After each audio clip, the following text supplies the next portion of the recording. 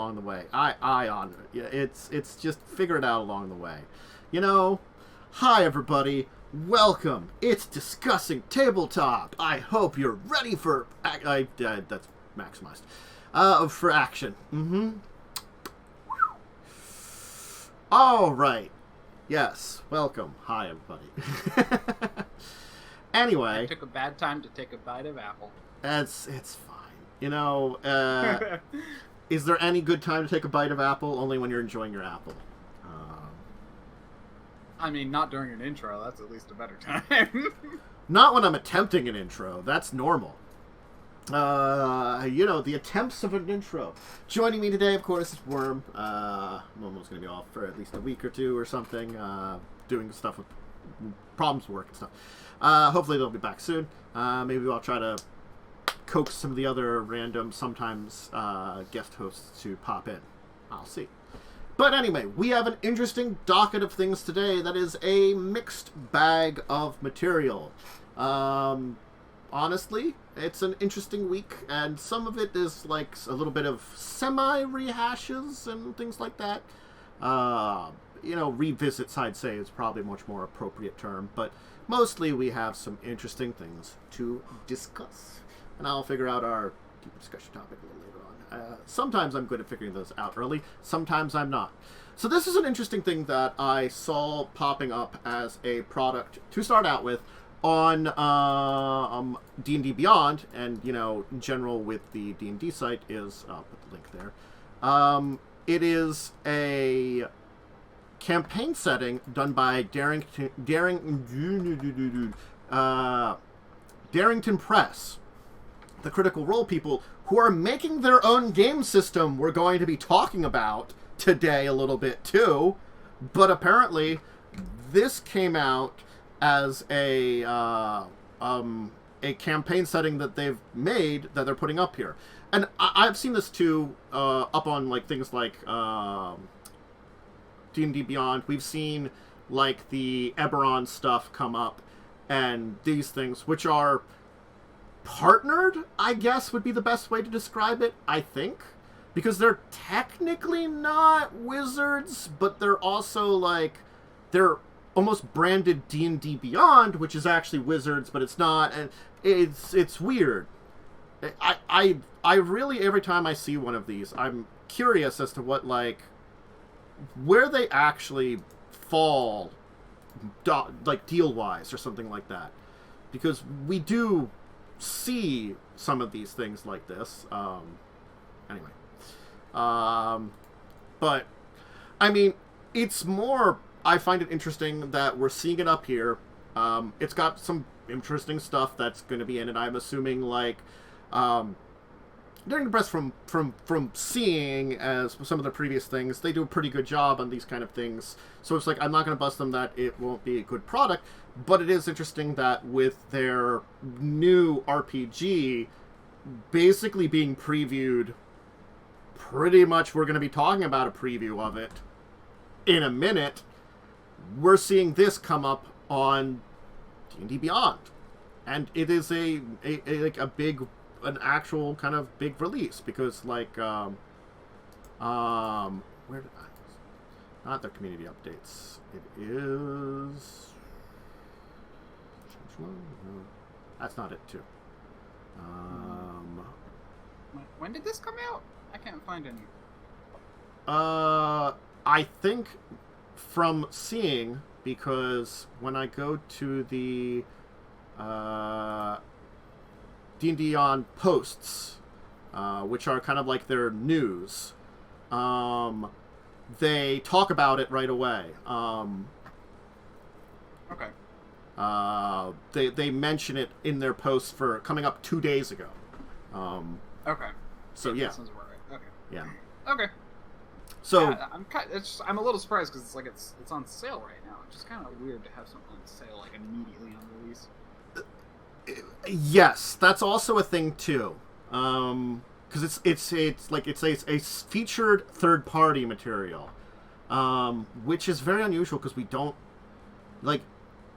see a lot, like other than like Eberron, you know. all the main stuff that shows up here is just books. Like, if I go into their source books, it's everything that Wizards has released up here, plus 2 Eberron books, and then this one. And that's it. You know, it's in line with how whatever weird deal Eberron has, but I guess it's showing that maybe, again, I think it's the obvious thing that there's a lot more to business than, you know, it's just one thing or not. And certainly Darrington Press being a company that is smaller than Wizards, having like one product line being partnered with them and maybe doing their own product line also at the same time, not putting all your eggs in one basket. Maybe that's why we're seeing this. Like, if I break it down that way, it makes sense business-wise, but otherwise, yeah, we're seeing a campaign setting. This isn't brand new. Well, no, it's not brand new. It's their Reborn, where they've included like some new stuff in it too, apparently. Oh, okay. Because it was originally released a little over a year ago.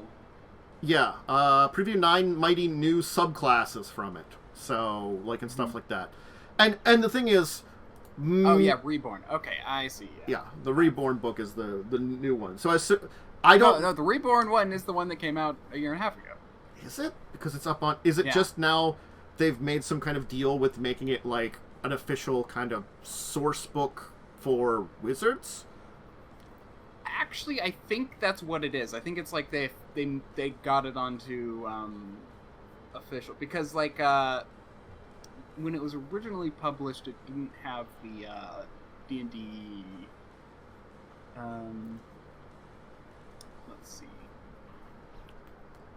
And I admit I don't follow Darrington Press very heavily, because like only now that I know about their, you know, like, oh, they're doing something other than being the Critical Role company, you know? Yeah. Having their own game system has definitely kind of drawn them more into the attention with that, and so, like, I'm like, okay. Yeah. I don't know. So... yeah, if it's already been released, that might explain why it's got the sale right away. I mean, that would definitely explain it. But it being like... again, it's in a very special place, you know, on the D&D Beyond Marketplace. So it seems to have been... because, like... so it seems just that the fact that it's been put on D&D Beyond is what happened 2 days ago. Okay. It was apparently already, like, because a digital D&D Beyond was released in August 2023, so yeah, that literally just happened, so... But, again, like, it is what I kind of, even if it's been something that's been released, and it being having this, like, being one of the literal only, like, 2 other actually, being the third-party source book on D&D Beyond is probably, like, an important thing to think about. Yeah, with that. I mean, there aren't too many, and honestly, I wouldn't be surprised if they're going to be doing this more, because, again, they want to integrate D&D Beyond into, like, a virtual tabletop, right? That's true. And so... because that's the thing, as I'm looking at this, they waited until... So March 2023, they released rules for it into Roll20, so you could, like, purchase it on Roll20. And then in August, it comes out on D&D Beyond. So March, April, May, June, July, August. So, like, 6 months, and it's on D&D Beyond. I think it has to do with the fact that D&D Beyond might be trying to get... probably is trying to get some stuff going for their future of their tabletop, tabletop that simulator thing. Might make sense, though, too, because it's sort of like, it's by...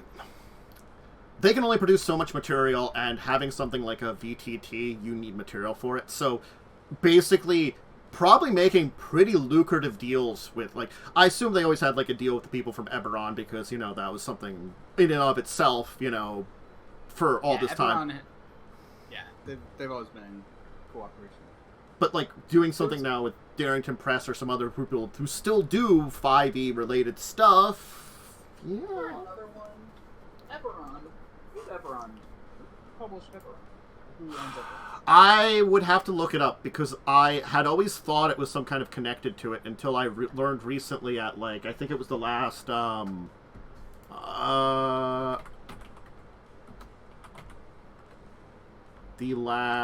not spelling Eberron correctly. The last,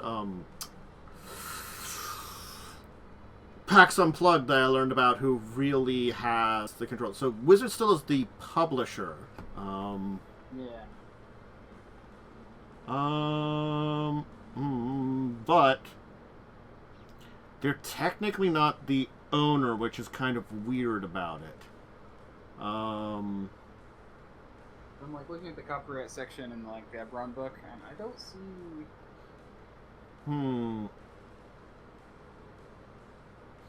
It definitely is in a weird spot, and it's kind of hard to parse. You know, that's the kind of thing. Is like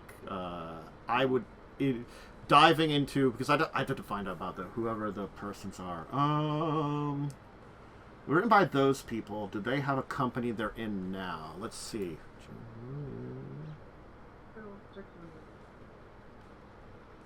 And it says all characters and the distinctive likenesses in the property are the property of Wizards of the Coast. Which is kind of a weird position to be in. I don't know. Anyway, yeah, but I know there's another thing, because I know there was like another book which kind of got an official thing, even though it was technically third party. Like the Dungeons. Okay. This is a whole thing. The Acquisitions Incorporated book. Like when I was buying all the games. Yeah. Because this one was something where it's all like, it wasn't,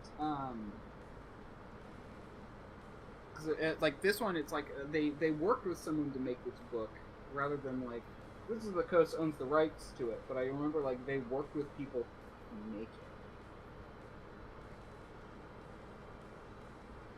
Okay. Okay. So I'm just gonna say it seems as though there might be something going on with the original creator, game designer Keith Baker, because he's technically at a different company now that he's founded, but he's still Penny Arcade. That's who worked on this one. Yeah, Acquisitions Incorporated. That's Acquisitions Incorporated.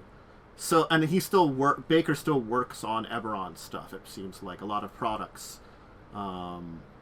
I guess he has the rights to the world of Eberron, and he puts out, because it says like they've put out official licensed, I guess, D&D Eberron products, and then non-official 5e Eberron products he has also put out. Meaning that I guess Keith can do both. Yeah. Got it. So, like, I think Wizards can just decide that they can do stuff, but he can too. That's because, like, the rights clearly in the book basically say this is all Wizards. Whereas, because, like, in this one, it said, you know, like, also Penny Arcade rights belong to Wizards of the Coast and Penny Arcade for this one. So I don't know. It's got to be in some kind of it's got to be some kind of like nebulous area of like what really. Kind of what controls it, the existence of it, which is just, it's kind of weird, honestly. So, but Eberron is in one of those weird spots, and we've seen, as I said, we've seen like official stuff come out on now before D&D Beyond and their marketplace, which is a pretty major place for a lot of these things now, since that's, I guess, Wizards' version of PDFs is there.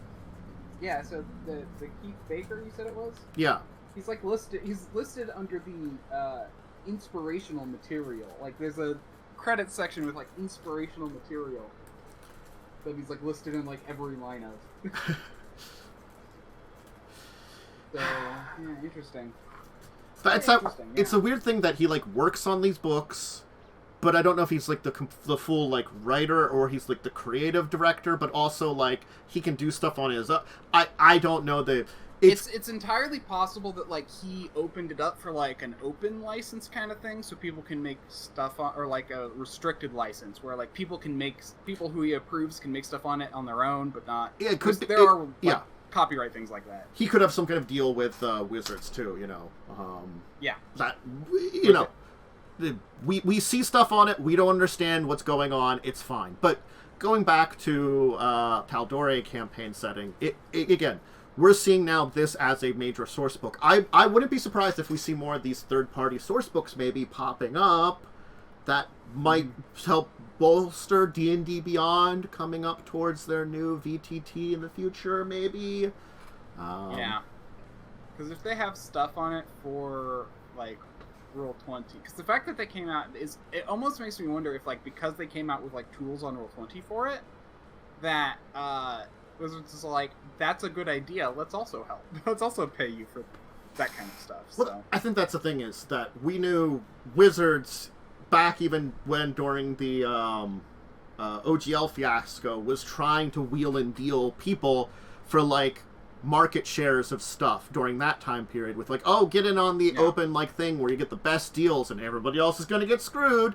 But now that they've kind of had to backpedal and stuff, it doesn't mean that they're not still wheeling and dealing. It's just that we're probably hearing less about it because it's, you know, people like Darrington Press they're making a deal with, and also... Well, yeah, they're not wheeling and dealing to screw people over. They're wheeling and dealing more normally now, like a normal business. Yes! Yes! They're doing normal business stuff. Wow. Amazing, as if something that could be done, but... I don't know. So a way to expand, I guarantee you that them starting to do this has to do with their VTT, because they're... Yeah. So, anyway. Now, I knew that there was some first impressions and some reviews of Daggerfall. I'd heard about them, and Momo was nice enough earlier in the week to link to articles. They said that this one by Comic Book Gaming is a little better than the Polygon one, but I will link it here just to mention. The Polygon one seemed a little more, well, harsh, honestly. Because, like, but again, like, it's news sites, and, like, I gotta admit, like, we report things here, but, you know... I don't hide the fact that I'm like critically analyzing and breaking down things in an opinionated way, but while trying to report them, and I don't try to like, you know, clickbaity things too. I don't have that skill. Yeah, I mean, like we're not gonna tear you to shreds unless you're being a real asshole. I'm sorry. I've talked badly about you, Steve Jackson Games. Please stop being bad, and I won't. Or wait, USAopoly. Just stop whatever you're doing. I don't know what it is you're doing. Just don't do it anymore. Bad. Wizards of the Coast. What the frick have you been doing lately? Sending the Pinkertons after people. Fuck you, Wizards. I'm sorry. We'll stick it with the fuck you, Wizards. There's my F-bombs for the day. Anyway, but getting... PG-13, you're allowed one F-bomb. They got two. But that'll be all of them. So, yeah. It's... So, there have been some, like, previews now of Daggerfall. It's a 2d12 check system. Daggerheart. God damn it. What? Daggerfall's Elder Scrolls. That's why I'm thinking of it. Daggerheart. The dice are, one's a hope dice, the other's a fear dice. There's probably mechanics depending on which one you roll well or bad on or something like that, you know. So even if you get results depending on like certain things with certain dice that you've got. So like it is a 2d12 system, but there's a differentiation between the two. You know, I don't think I've ever played a 2d12 system game. I know of systems that have used 2d12, but that's about it. And the only system that I know that has used 2d12 before, off the top of my head, is Earth Dawn. But Earth Dawn isn't a 2d12 system. It's a what's the proper way to talk about? It's a dice progression system. So as you get more skilled, you get like larger sets of dice and stuff like that. So like you start with like lower at like the D4 and like you get to like 3D20 at like max level or something like stupid like that, you know. And there's a big difference between those, but it's a massive progression system, and you know. But I remember they had 2D12 on there, but that's just you could be rolling 2D12. It's not your all the time rolling it. I mean, like, okay. So they have 6 ability scores. Strength, agility, precision, presence, intuition, and knowledge. Which is kind of like, I'm trying to figure out what... Well, I'm guessing... So, got it. So intuition is wisdom, presence is charisma, precision... I guess they decided not to have them did precision instead of an endurance kind of thing? I guess endurance is going to be mixed in with strength or an overall thing, and then they kind of split a dexterity skill into agility, precision, and then you've got your 3 analogies for the mentals. Yeah. I mean, to be fair, I've always been one who's, like, kind of been meh about... Like, I actually kind of get why you would do that, because there really are 2 different types of dexterity. There's, like, manual dexterity, like, with your hands, and then there's, like, agility, you know? Like, your bodily dexterity. Mm-hmm. And that's always been something that I'm like, like... They are always wrapped into both, or like they're always wrapped into one, which is kind of problematic, I think, in some cases. But it's usually fine for RPGs. But actually, it bothers me more, I think, in like video games sometimes. Yeah. So we got 2d12 system with a hope and fear kind of thing going on with the 2 different dice.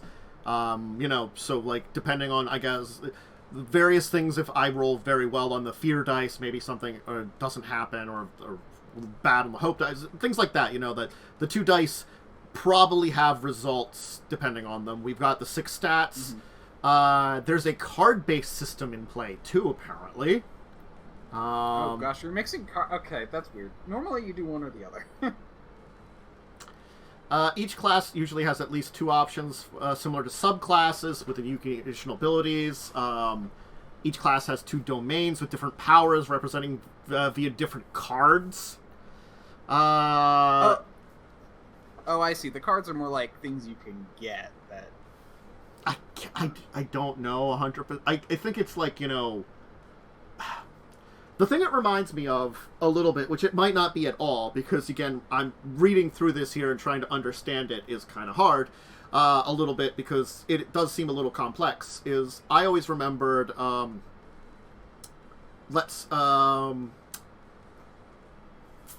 4th edition. While you could have those massive power sheets and stuff, you know it was really convenient printing out all those sheets or having the little, like, cards that you could flip through your powers and figure out what you were doing. I did that with my character. I had cards with all my powers. So I could be like, oh, I'm using this power. Yeah. I always wish virtual tabletops had a better system for that. Or better ways of marking when you use stuff, definitely. They don't... They're not too bad about that, because, like, you can always... Because I know, like... You can always add a stat for everything, but no, like, it's more that, like, what always bothered me about, like, virtual tabletops is, like, how hard it is to set up, like, a button that, like, or set up, like, okay, I'm mostly thinking of Roll20, although I've tried a few other ones, which also don't have very good systems for this, but set up, like, basically the ability to, like, have an on-screen thing that you can click a button for.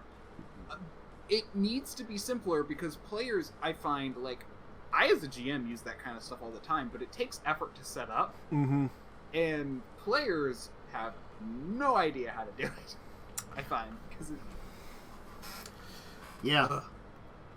Anyway, sorry. Yeah, no, it's okay. Yeah, so, like, having a system that integrates something like this into the virtual tabletop would be fun. But yeah, then you could also print things out. It does seem like this system is made in such a way it's much better for physical than... I guess there's probably ways you can do it in in something like a Roll20, but it might not work as well because of this card system where you kind of, like, tuck cards into areas or stuff like that. It's apparently 3 pages. There's also ancestries and communities rather than a background, which is more interesting that it's like, I guess, the community you grew up in. Which, honestly, I do...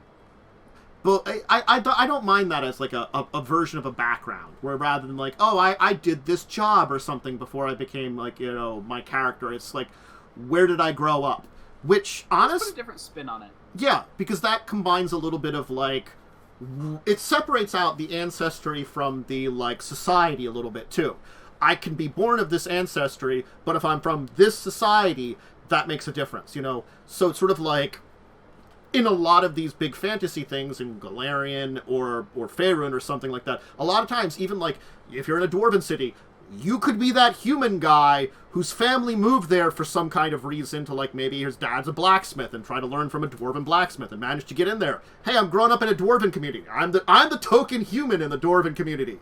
Or the like, elf in there, or the halfling or something, you know. And, yes, you grew up in that community, and something that reflects that is actually really nice. And there's ways that they talk about doing that kind of thing, or working out with your TM or something like that, but... I feel like separating that out a little bit makes that connection that I always kind of like... That they want to separate it out, making it something different I feel is, like, better. Like, you know, Wizards wanted to separate out the community from the species, but they just... Yeah, they didn't do it well. They like did a thing where it's like, weapons, if you get a weapon, you could switch it out with any other weapon based on where you were trained. It's like, okay. Yeah. Yeah. It takes, like, the background idea, and I feel like it's a little better of an idea, honestly, because you didn't need a job before you became an adventurer. What if you just went into adventuring right away? I'm gonna be honest, you know? You can always reflect choices in your character building for a background. Anyway. I mean, backgrounds in D&D are more of a pre-character event, like... Yeah. Slums and, you know, Bard and Noble and... Yeah.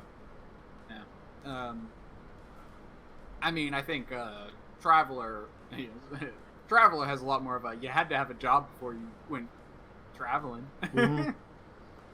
That one definitely has more of that.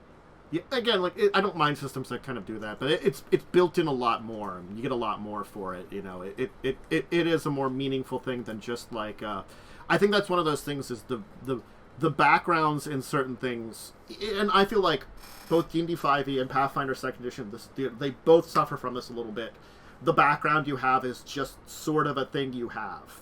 Like, 5e is a lot worse at it because so many backgrounds just give you some skill proficiencies and maybe a couple little items and an ability that 99% of the time you're never going to use. Yeah, those abilities are way too hard to use, and, like, most GMs, I feel like, just don't want to let you use them because they're so vague in how they're used. Yeah. It's like, you can get a town, you can get a place to sleep in any tavern you go to. It's all like, yeah, no, the people aren't that friendly here, you know? It definitely feels like, you know, this is a direction I do like for this kind of thing, so it makes it more interesting for this sheet.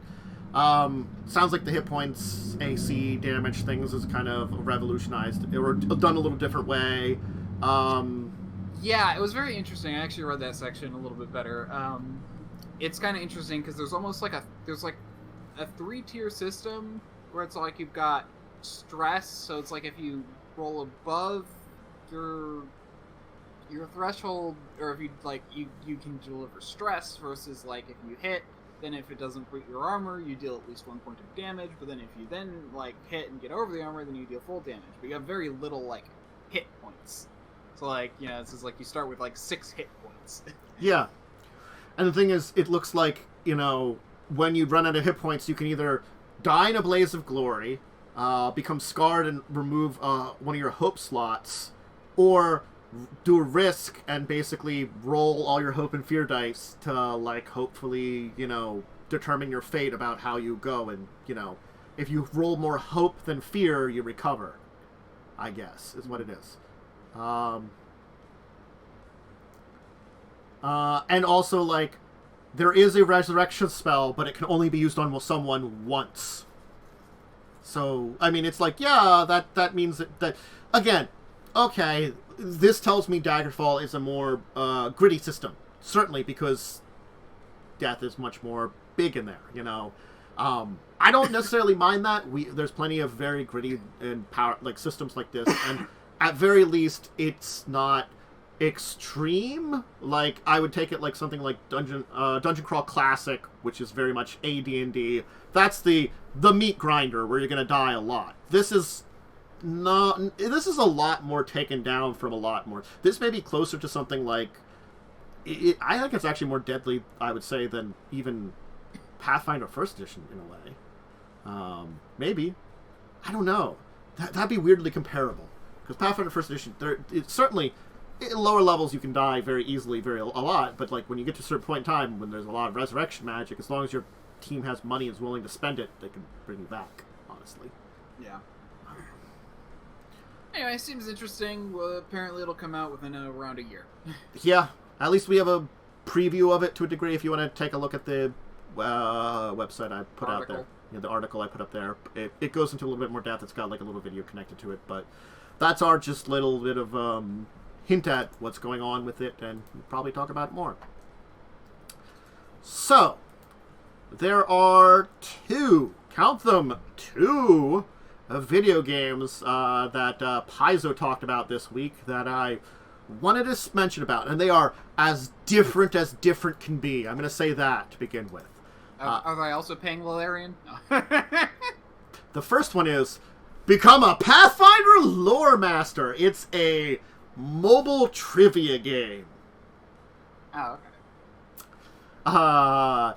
That's interesting, but I get the feeling I'm really the only one that knows a lot about that. Not even I might not be that good, because a lot of what I've been learning is over the past year where I've been diving into a lot more of Golarion. I had a basic idea, but like for my videos I've been doing on the channel, I've been diving a lot more in depth in these places and learning a lot more.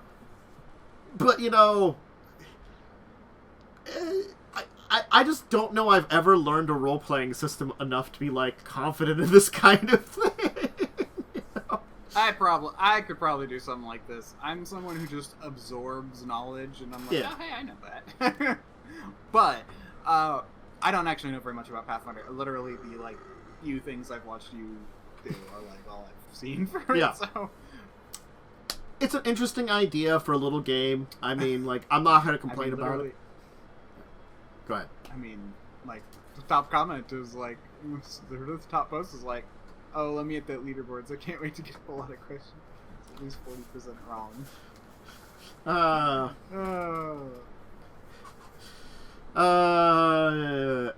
What a curious monetization model it looks, though. Oh, God, I don't want to look at that kind of thing there. I mean, yeah, like, I don't, honestly, like, I doubt this will be, like, this is one of those things where they're probably doing it more for publicity than they are for, like, cash. Yeah. One, this kind of thing isn't super hard to make, just from what I know about programming. And, like, the only way they can make money on a game like this that I can think of is to basically pay to release for different, like, topic packs or something. I think that's what it really is that they might have, like, you get, like, a free thing, you can earn more by, like, I guess, playing the game kind of thing, like XP and levels that maybe you can spend on, like, packs and stuff and things like that. And, maybe, like, more questions would be more paid for a little bit here and there, so... Paid DLC, at least it doesn't look as obnoxious as plenty of mobile games. I'm gonna put that at least. Yeah.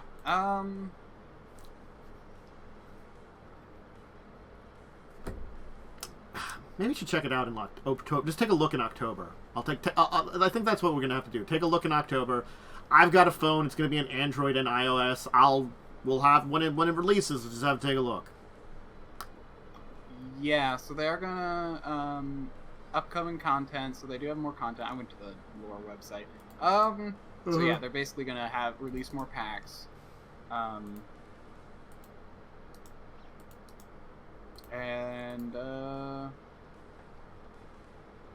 Oh no, that's just their general roadmap. Oh no, or is it? Anyway. Yeah. But basically, yeah, there's some leaderboards. You kind of get questions. Oh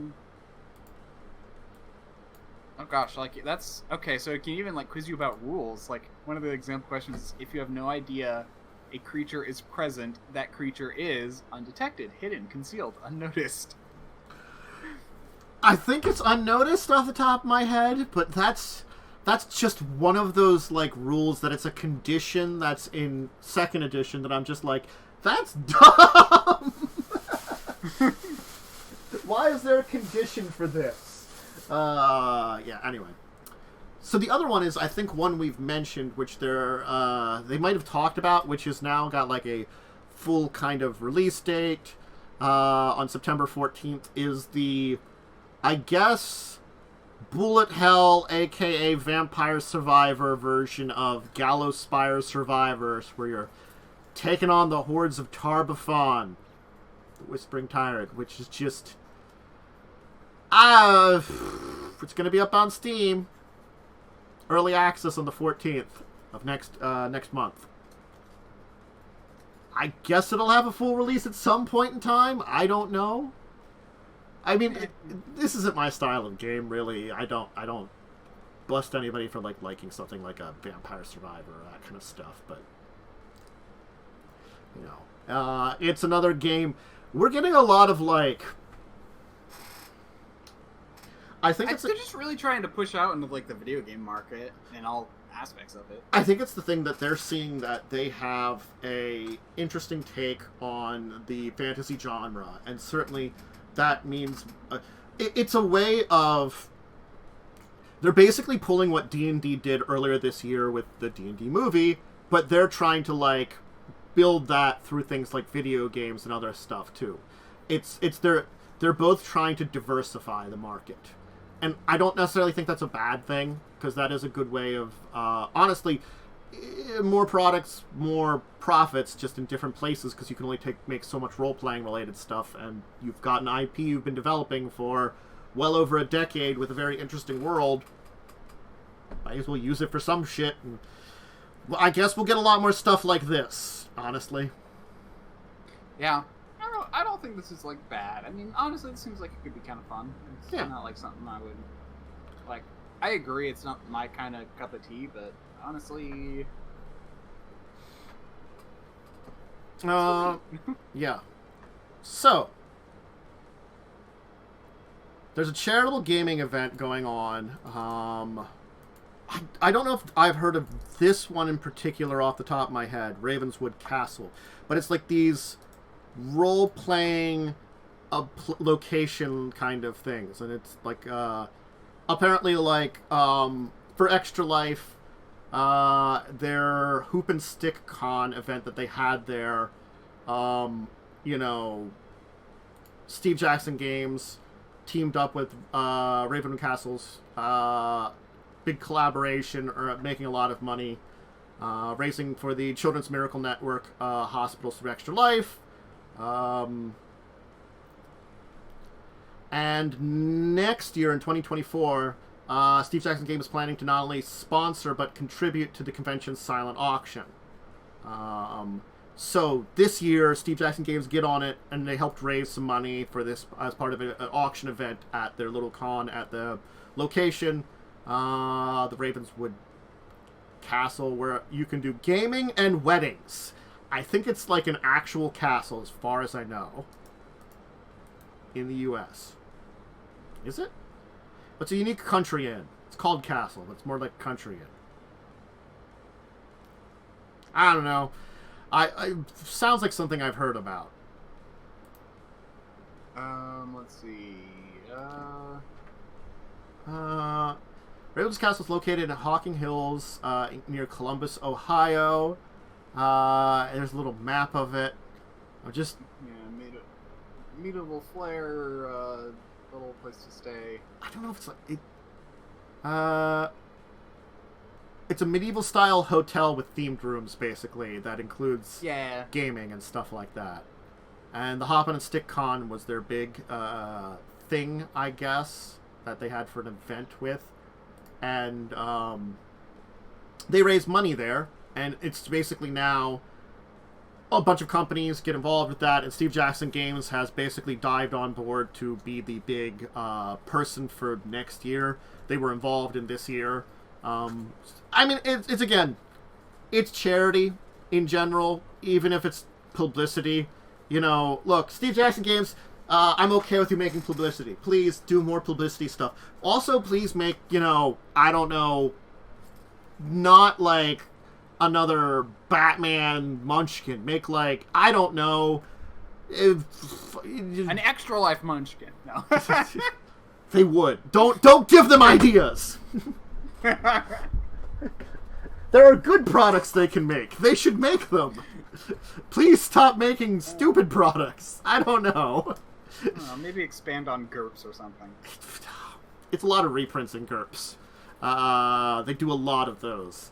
I guess a game other than Munchkin, I'm sure you can invent something that could be just as popular, or I don't know. That's hard to say, because they've made a billion Munchkins. Anyway, so yeah, you know, Steve Jackson in Steve Jackson Games is partnering with them to have their con next year that they have there a little bigger, you know, and more charity and stuff like that. So, the charitable gaming kind of thing that they're going to be planning on it, I'm, you know, all for it. You know, it's going to be 2024 in February the 22nd to the 25th is when the event will be taking place. So the next one. So they'll be like very big involved with that. So there you go. You can see the link to their website for Ravenswood Castle. Anyway, thank you for doing good things, Steve Jackson Games. I'm not going to say for once, because sometimes you do good things, but you know, definitely at this point in time. Thank you for doing good things. Try to do good things with your products now. Huh. I didn't notice. When did you end? I'd seen a link to this, and I'd sort of checked it out, but I didn't notice that this Kickstarter had ended, so I don't know if there's going to be a thing for it. So, let's drop it then, because it's technically over, and we haven't seen anything for... It was an interesting topic, but I'm guessing just the link I had originally was a little outdated, unfortunately. Oh yeah, no. I could see. The original date when I saw this was on the 16th, when someone put it up on one of the news sites I checked, and it went into the 17th, so they basically put it out right before it was over. We've chatted a little bit about DragonBane coming out, which is Free League Press, but published by Modifius. So I wanted to shout out that up on Modifius' website, the core rulebook, the GM screen, and the Quickstart are all up. I'm linking the Quickstart. It is a paid Quickstart, which normally, I guess, sometimes you get those, sometimes you don't. You know, I would hope that paid Quickstarts at least have a little bit more than your average free one. But that's always, like, you know, I don't know. Like, paid ones I feel like should be somewhere in between the free one and, like, what you would get for a starter set. You know, so. I mean, it depends on what's in the Quickstart. Let's see. They don't say a lot in this one, but... includes the complete introductory adventure Ritter Mound and 5 pre-generated characters to claim. So it's more like a mini adventure than it is a... Yeah. Which is probably why you pay for it. Yeah. Because it's not like... Because sometimes the quick starts are more just like what you need to know, right? Sometimes they're just what you need to know. Sometimes, like, they would be... If I would take advantage of, like, the Lost Mines of Phandelor, that entire adventure that's part of the starter set for D&D, it would be like... some quick starts, if they do provide something, would be more equivalent to...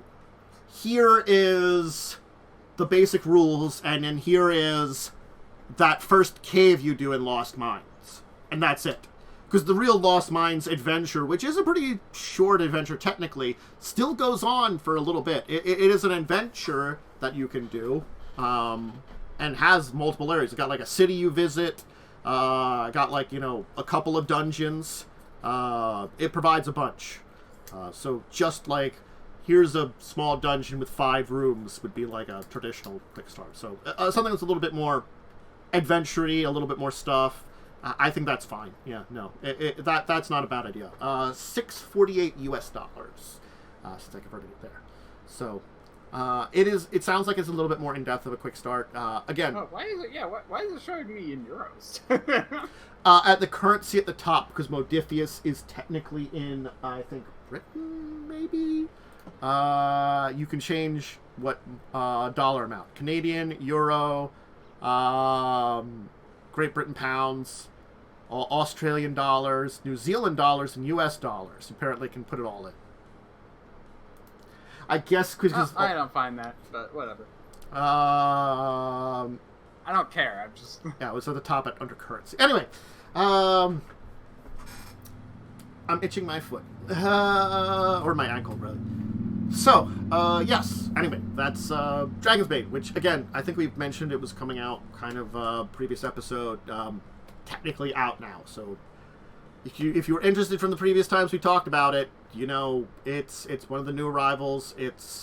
You can find it linked through Free League Press or on Modifius' website. As I said, they seem to be the publisher, which is weird because Free League Publishing is the group that does it, but Modifius is the people that are selling it. Publishing companies and their names can be weird and confusing. Anyway, we can move on to one more topic to hit on today, and that's another Quickstart. And this one is a free Quickstart, but I don't know how big and good it is. Did we mention they were doing an Assassin's Creed role-playing game? I swear we did. We did, I'm pretty certain. Anyway, yeah. Yeah, we were kind of confused because Command doesn't normally like do role-playing books themselves, which is the whole reason we were confused. Okay, look, this is blowing Free League out of the water a little bit. I just clicked on this free Quickstart. It's 131 pages. Oh, so that's like actually like everything you need to like play the game. Maybe. I guess there's a lot of the basics about it, you know. Basic stuff, probably a setting overview, some like various things, maybe like it looks there is a big section that is like how you would do the stuff, you know, with the entire weird. Oh God, they're doing the weird time travel-y shenanigan thingy with, you know, mind back into old mind shit and the animus. Yeah, they're doing the animus shit. Oh, God. Whatever. Maybe that's a better thing to do for a role-playing game. I don't know. I mean, I guess if the idea is that, like, you're... I don't know. Like... Yeah, they have the stats here. I never got into this, but I do agree. I was never a big Assassin's Creed person, but I do agree with a sentiment that I heard someone say about the entire thing, is that, you know, if they had done more with the actual storyline and now they ignore it in the video games, like, it really hasn't come up much since, like, I don't know, a while. The whole Abstergo stuff hasn't come up? Yeah, apparently, like, if you would play it in the new Assassin's Creed, it really isn't there anymore. It's because no one had, like, a clear plot with it, I feel like, and they kept, like, drawing it out and basically just making up reasons to have more and more, and then, like, did they wrap it? Did they wrap up at least Desmond's thing? Desmond, like, died at the end of 3, I think. Yeah, okay. But it's just kind of like, yeah, they wrapped it up, and it was just kind of this whole thing. I mean, 4 Black Flag was real good, but I actually don't remember. There was an Animus thing, but I know it was just like some random person. Yeah, they started doing like kind of random stuff, it sounds like. Again, maybe the idea in a role-playing game form works a lot better. That's the only thing I'm going to say. Maybe like the entire setup and the way they... Thank you for rushing at high speeds across down a road that is 25 miles per hour. Whoever just speeded through my town at like 40 or 50. That's oh my gosh, they have sync and bleed. Yeah, they have sync stuff like losing sync. So yeah, and they got character stuff defining the game system. So I'm not gonna dive into it, but like I feel like maybe it's got some interesting concepts in there if they capture again like I think like the idea of what they had with the going back in time stuff was never a terrible idea. I think they just kind of screwed it up completely and utterly. Oh yeah, the whole idea was that there was like some like super powered alien artifact thing. Whatever happened? Like I don't know that. Like I don't think they did anything with that. There was a lot of plots they just never did anything with, or resolved in very weird, stupid ways or something. I should play Assassin's Creed 3. I've never played it. I played 1, 2, and watched my brother play 4. Yeah, the only thing I know is they killed Desmond at the end of 3. And I don't know if... I should say I've played 2, 2, and 2. Yeah. 1, 2, 2, and 2, and then 4. I've seen 4. I don't know if anything after that exists, really. That's the thing is, like, anything... How much they dive into the Animus stuff after, that, and... I feel like, in the later ones, maybe they have something on it, but it's just an excuse to do the same thing that you do in any Assassin's Creed game, except with, a new time period. Which is not necessarily a bad idea, Some just work better than others. Just kind of almost curious what they have to say about, like, Abstergo. I saw it mentioned. Anyway, it was a whole thing where it's like, secret worldwide... dedicated to preserving mankind's freedom of choice, and then Abstergo wants the power to... Oh, right! That's what it was! Abstergo wants to be able to, like, mind control everyone. Wow! And rule the world, and the Assassin's Creed is trying to prevent that. That's why they're searching for the super alien artifact. I don't know if that ever went anywhere, but now I'm remembering, the plot. I'm going to say, I'm going to give this very, like, good prediction. It never went anywhere. Probably not, honestly. This might actually give more information about the whole plot than the game. That's really, really sad. I'm not going to lie. That's very sad. Like, if it ends up being more plot-related than that, I'm sorry. That's just...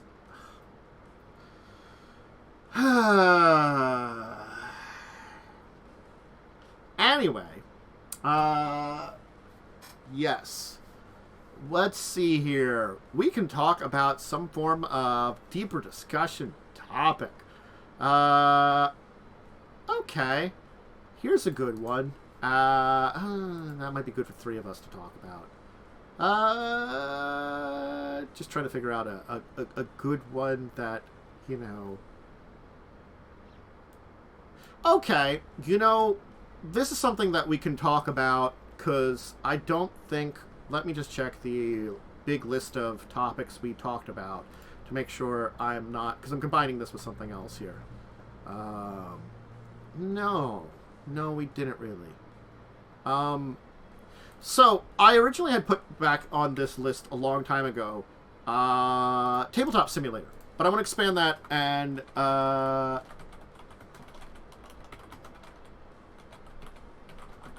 the Tabletop Simulator and what we'll call it video game adaptations of board games and stuff like that. Because in Tabletop Simulator, yes, I can do collectible card games. Yes, I can do actual RPGs. You can play D&D in Tabletop Simulator. But a big thing about Tabletop Simulator, which seems to be of use of it, is you can play or test out board games. It is a very good way to do that. And even now, you can still find people that will have up on Tabletop Simulator a programmed copy of their game that they've uploaded that you can test it. Granted, there is also a lot of people that just make versions of games and stuff and upload things, but there are more official ones too. If you look in the workshop or like look under suggestions and stuff there too. I think it's an interesting thing because like that is the comparing that to something like, let's say, the video game version of Settlers of Catan or the video game version of like Risk or any of those kind of things. You know, they are very different beasts, but these are like adaptations which I think are more interesting. Not more interesting. I think the way it is, like, when we look at adapting something to another medium, and especially something like board games in particular, more than like the RPGs and the collectible card games, because as I said, you can find those on Tabletop Simulator and play those on Tabletop Simulator. I think that, like, would you be encouraged more to play that? Because, like, certainly, like, I paid for, like, the online copy of Mysterium, let's say. Like, I bought Mysterium on Steam, you know, but the version of Mysterium I play on Steam versus the version of Mysterium I play on Tabletop Simulator is very different. The Tabletop Simulator one would probably be a lot more akin to the actual game, but it's got kind of the jank base controls of Tabletop Simulator. The one that's in, you know, Steam version of Mysterium is just, it's really high quality, it's got animations, it's got sound effects, it's got like little musics and stuff. It adds a lot more to the presentation and it makes it worth it to buy it. But does that make me want to play physical Mysterium more? Does it, you know, I don't know, like, I feel like maybe the Tabletop Simulator one's a good place to test out things sometimes, but I feel like there's kind of this thing where Tabletop Simulator, like, the hard thing for me is just that, like, you play games in real life, you need real life friends. Physical friends you can right meet. Now. Yeah, I know. I mean, I can play Tabletop Simulator with you, but but Tabletop Simulator is nice though because you can do that kind of. You can play those board games with people over the internet, which is also nice. And I think the difference between Tabletop Simulator versus something like the Mysteriums, the Catans, and all those that are more published games is those published games are their kind of like, they're selling you a version of the game you can play online, but they're selling it to you with a package that's a very different package. You know, it's a different kind of thing. They often have like, because they'll often have like multiplayer and like being able to find games and also solo play against computers, whereas you can't do that with Tabletop Sim. Yeah. Again, like, Tabletop Sim, you can buy stuff for Tabletop Sim, but the entire, like, Steam workshop where I can go in there. And again, there are official people that put stuff up on the Steam workshop, and it looks like things do disappear from the Steam workshop. I'm assuming someone that says something and says take something down, because it's, like, an official that they, like, there are people that care and don't care about it, you know, like, and, like, I remember that, like, I can't remember one recently, but, like, we've talked about board games on the show over the years that have had a version on Tabletop Simulator. You can go test it out now, you know, and that is a way that, like, they're not charging you to test that out. They're offering I mean, free, kinda. You had to pay for Tabletop Simulator? Yeah, I mean, in some ways, like, what you almost pay for with those board games nowadays is the actual physical product to play in person. Like, something like Tabletop Simulator, it doesn't surprise me that they, that some people put that on free, because in some ways, I mean, I'm more likely in some ways to, like, if I were to get a group of friends who I'd like to play with again, I might actually go out and buy some games that I've tried on Tabletop Simulator. Yeah. Like, I think your situation is the most unique of it because you're in the position where it doesn't really make sense. Now, for me, like, as much as I haven't done it very much lately, I can go hang out with Joe or Blaze or a couple of our other friends that, I know still live in my area that, are within a half an hour away. I could just organize a get-together with a bunch of them, and there you go. I could do something. All of my friends I've either lost contact with or have moved away. And I need to make more, and that is something I need to do. That takes a lot of time and effort. A lot harder as an adult. Yeah, and a lot of people I've met that have been nice, good friends are they're online, and they're scattered to the winds. I mean, quite literally, Momo is the closest person to me, I think, and Momo's across the state from me, from Pennsylvania. So, other side of Pennsylvania, that's not an easy travel. That's not the I travel a half an hour to meet a friend kind of thing. That's not bad. You can travel that distance. Lightning might be the closest person to me. That's just because he's on the West Coast. Yeah. That's still not close.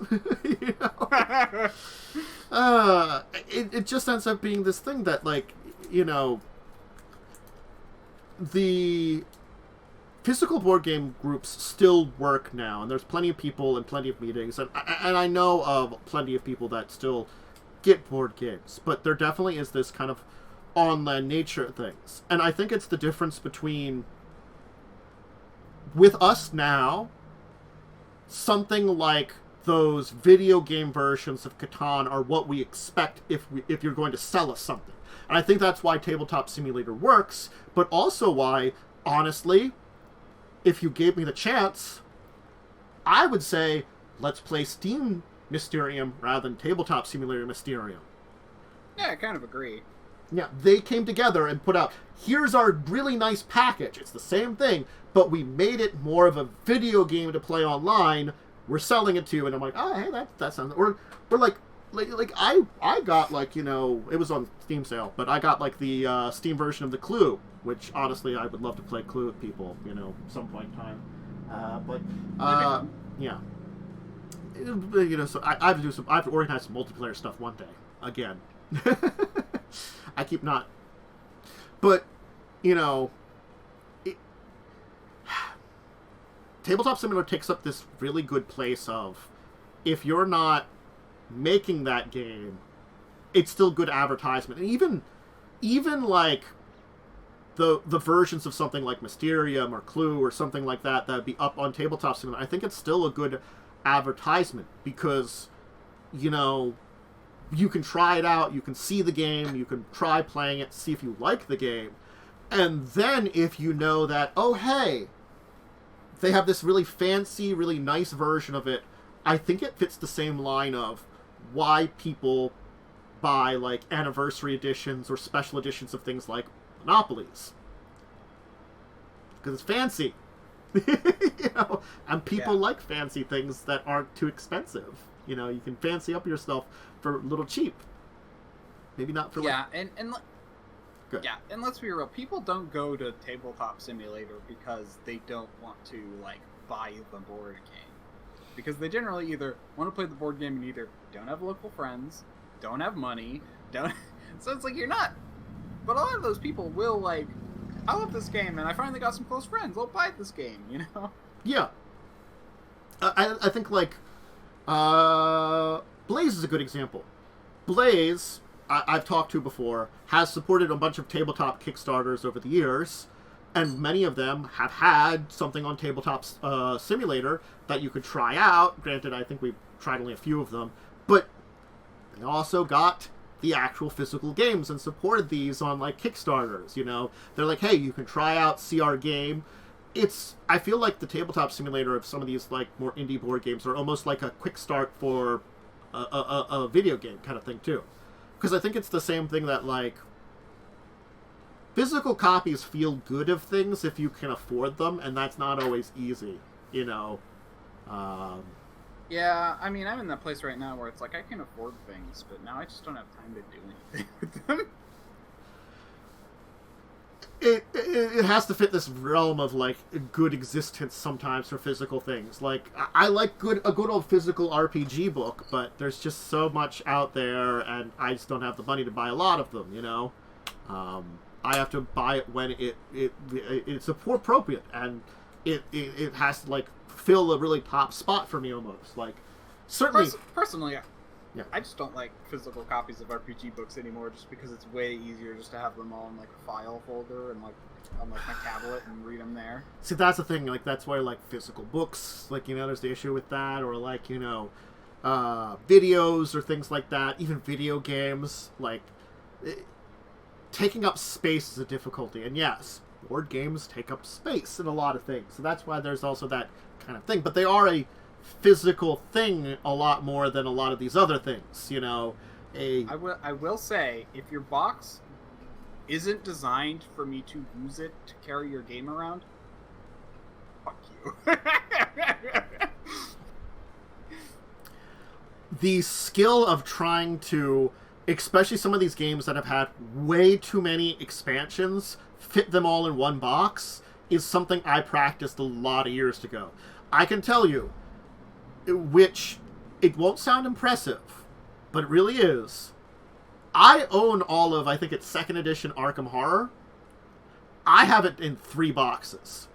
I'm going to tell you, it's really impressive, actually. There's a lot of expansions. There's a lot of expansions of Arkham Horror. There's like 8 or 9 of them. But I got down to 3 boxes. But there's plenty of other games like that that are like trying to combine them all together. It's just a challenge a lot of times too. And all the versions of Catan.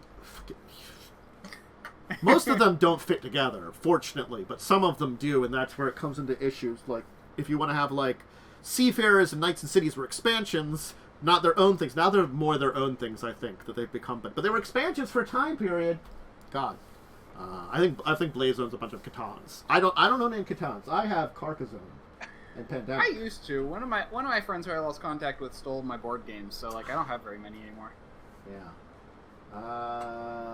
Yeah. But it's interesting to think that, like, I haven't done a lot of Tabletop Simulator, but I've certainly seen people use it still. You know, it is a big program. It is a very important program for the entire thing. Actually, no, I have used it for like a little bit, like here and there over the last couple of months. I've like, you know, played with like Joe and stuff where he's like, "Oh, I want to do a tabletop game. Let's open up Flux or some other small game or something." You know, all chatting or something. You know, and it's good to bring those up. And it's the honest thing is, Flux, I can't physically play Flux with Joe on the computer really well, and, you know, because only one of us would own the game, and, you know, Flux doesn't have a digital version of it, so where are we going to play it? Tabletop Sim. And there is a version of it up on there. With, like, every version of Flux. Plus a few custom ones, too. Yeah. I don't know how good the custom ones are, though, for that version that we were in at the one time. But, yeah. I think Tabletop Simulator is a very good thing to still have around. I don't know its tenure, how long it's going to last and stuff like that as a version of things. And I would, it's fine. In fact, like, I'm actually curious. I'm going to go and look at it. And I will eternally have the do do do do do do do do do in my head. Can't get rid of that little tune that it does. I'm trying to figure out.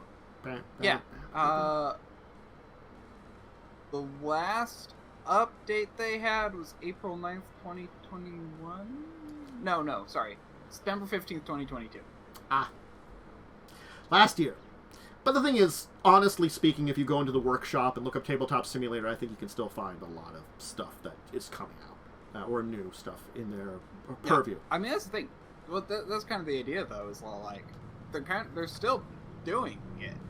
They're still like keeping it up to date, and fixing bugs, and it's still got servers, and people still get versions of games in there that, you know, if you still are looking for something, you're gonna find it. Hopefully, you know.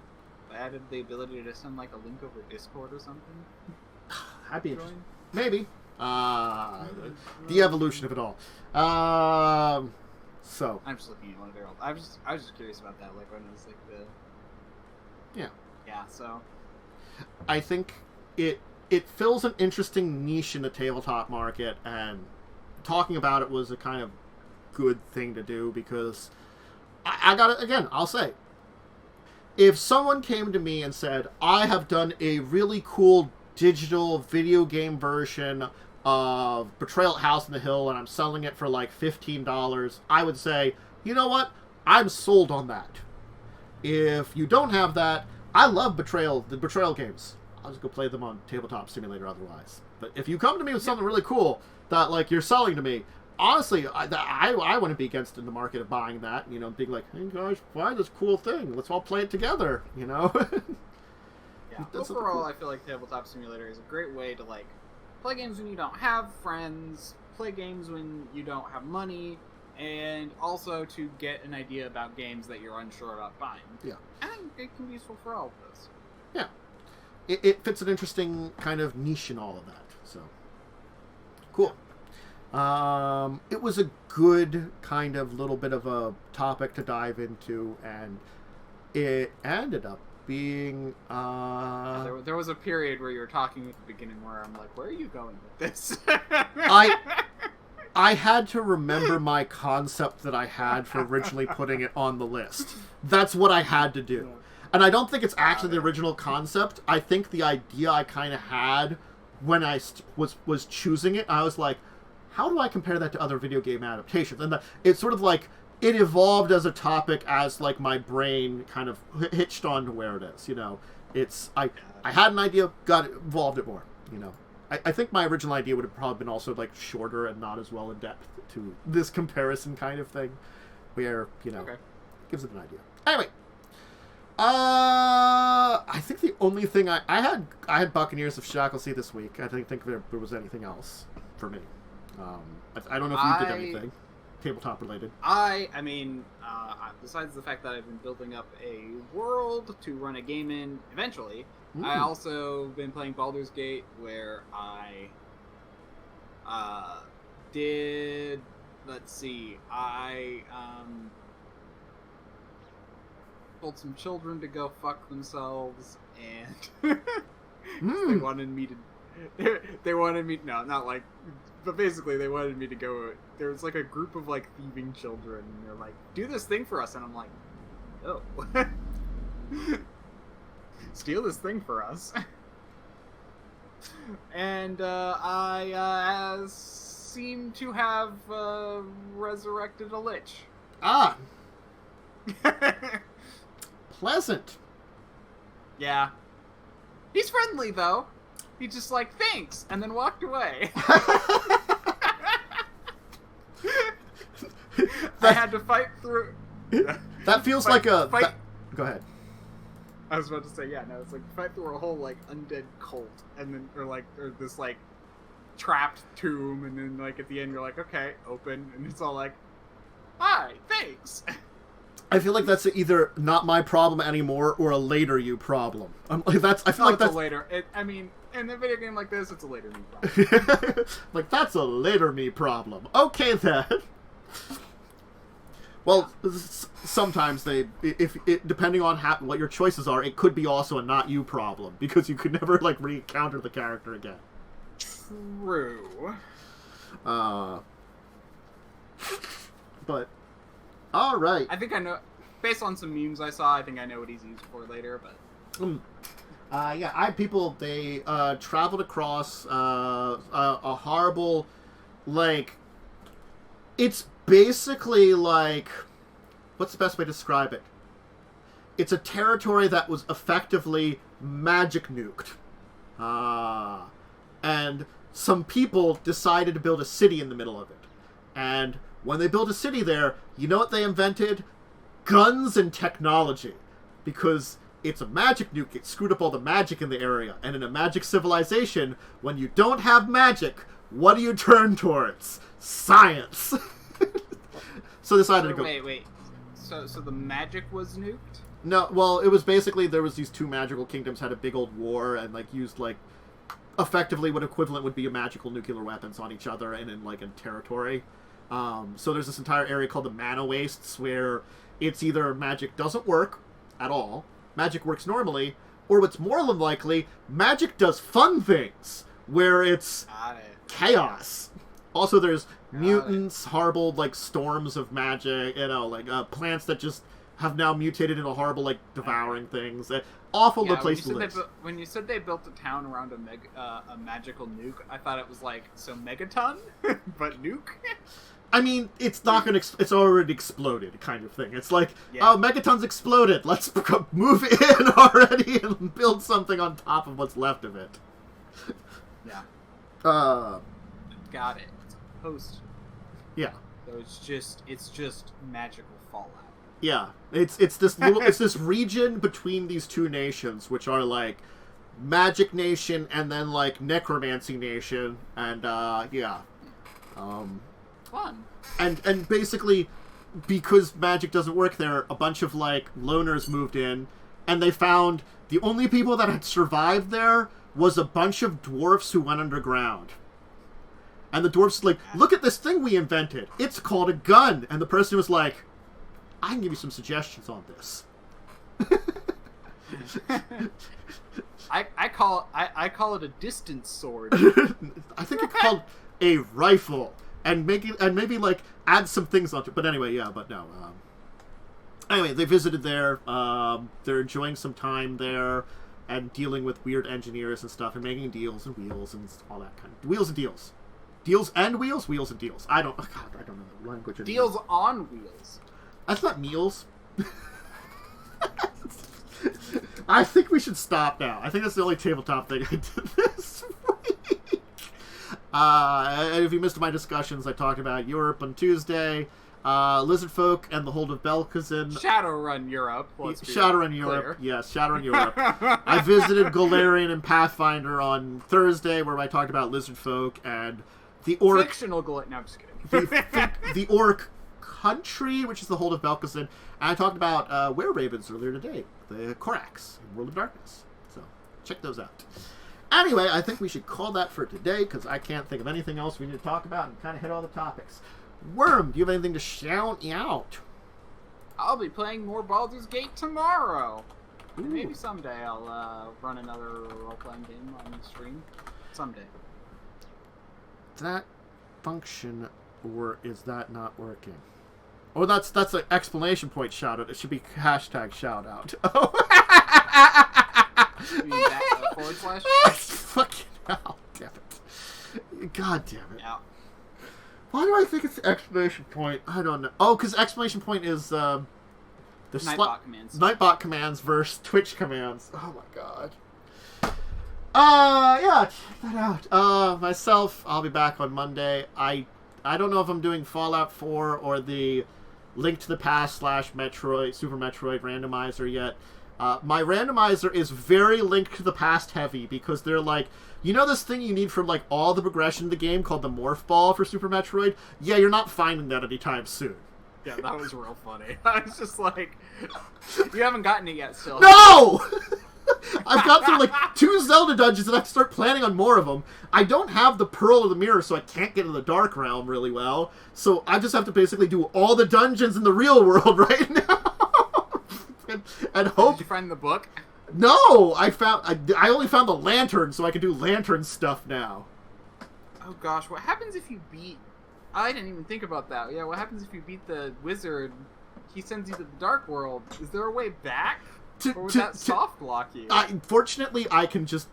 If I pause it, it has a like a give up thing, or like the save and quit just takes me back to one of the other locations. It doesn't actually quit the game. Got it. Yeah. Got it. So, like, I can just basically, like, kill myself and go back somewhere. You can't soft lock, fortunately, in Link to the Past. In Metroid, I'm not so sure. I went into a room, and I didn't have the Morph Ball, and I got a really good item in that room, and I was worried I was going to be soft locked because the door locked behind me. But fortunately, the one enemy I needed to kill came back in my view, so I killed it to get out. That worried me. I mean, though technically it probably would have been okay if you were a little faster, because it was like going away when you came in, and then you tried to shoot it, and then was out of sight. Yeah, but it came back, fortunately, and I was like, oh crap, you came back. I got good items for Samus, I just can't do it. You could probably do the same. You could probably do the same thing with the Samus one. Probably you can go back to your ship, I'm guessing.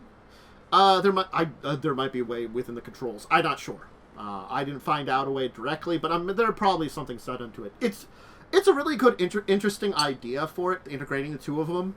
I kind of want to play the randomizer. Honestly, it's kind of really interesting that and they just made a couple of these like locations that like led to like save points or like map rooms or stuff like that. Just be integration between points, which is really cool too. So it's like, oh, I teleported over to like Zelda.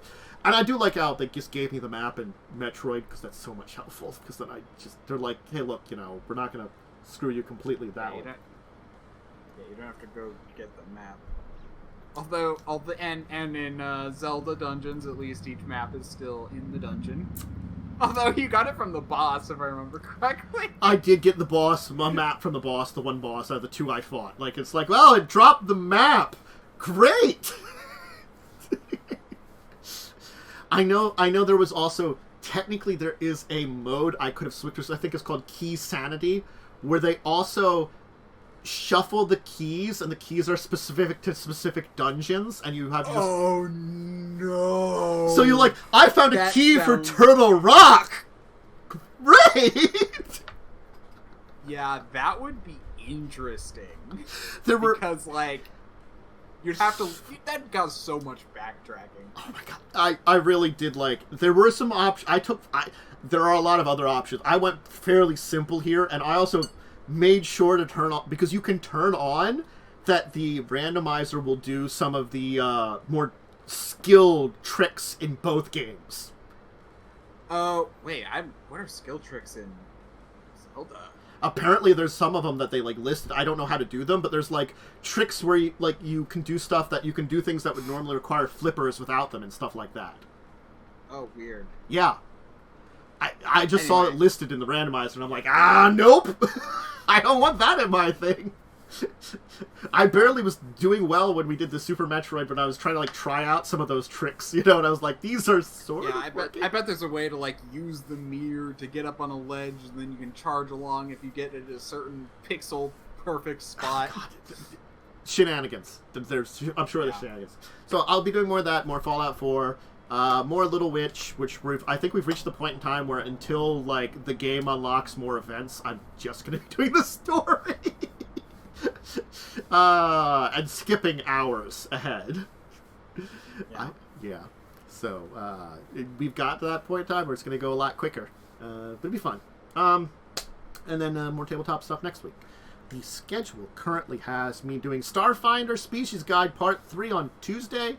I'm going to be talking about orcs, because we did talk about the Hold McGulkin, and something else on Pathfinder on Thursday. And next Saturday is I'm never going to pronounce their name right, the Secret Vampire Society of Elders. It's like the Inkangu or something. I can't remember its exact name. I just listed it. Anyway, that's the schedule. I hope all of you out there have a good rest of your Saturday. Make sure to check out Worm. My YouTube side has stuff. This video will be up on YouTube a little later. Usually on Mondays I put it up. All the links will be in the description there. I have a Discord and website formerly known as Twitter. Make sure to check those out for schedule, all that kind of stuff. X is so stupid, I'm never going to call it that directly. They made a feature that I used, require, the Twitter, or the X Blue, or whatever now. There's a feature that I used which was completely free before. I'm like, really? Terrible. And I have made the concept, I will mention it. I've been thinking about getting into, if I can figure out a way to do them very interesting, shorts at some point in time, because there's a bunch of World of Darkness characters and NPCs in Galarian where they're not really an episode worthy stuff, but kind of talking about some of them might be interesting for little character shorts for things people you could meet. I don't know. It's a concept. Maybe you could put them on the actual shorts section on YouTube. If I figure out how to do those and to edit them in an interesting way, I don't know. But those usually want to be real short. That's what I mean. It's like a 60-second thing or so, around there, and I'm like, I could probably come up with a summary for some of these things in 60 seconds. Just have to figure out a way to edit it and stuff too.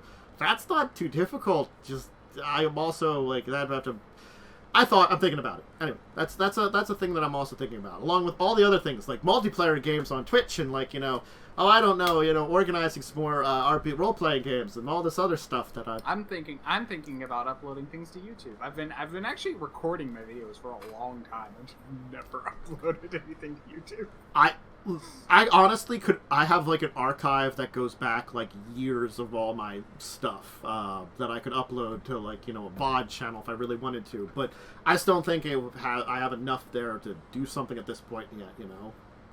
I don't know. Maybe one day there will be a VOD channel need for it. I'll have VODs from years and years and years ago. Anyway, I'm gonna say everybody out there, farewell. Have a great rest of your Saturday. I'm gonna pop off. I have to, I guess, figure out a dinner for myself since I'm the only one around the house today. I'm all alone. Maybe I'll pick up something. Who knows? We'll find out. All right. Bye, everybody.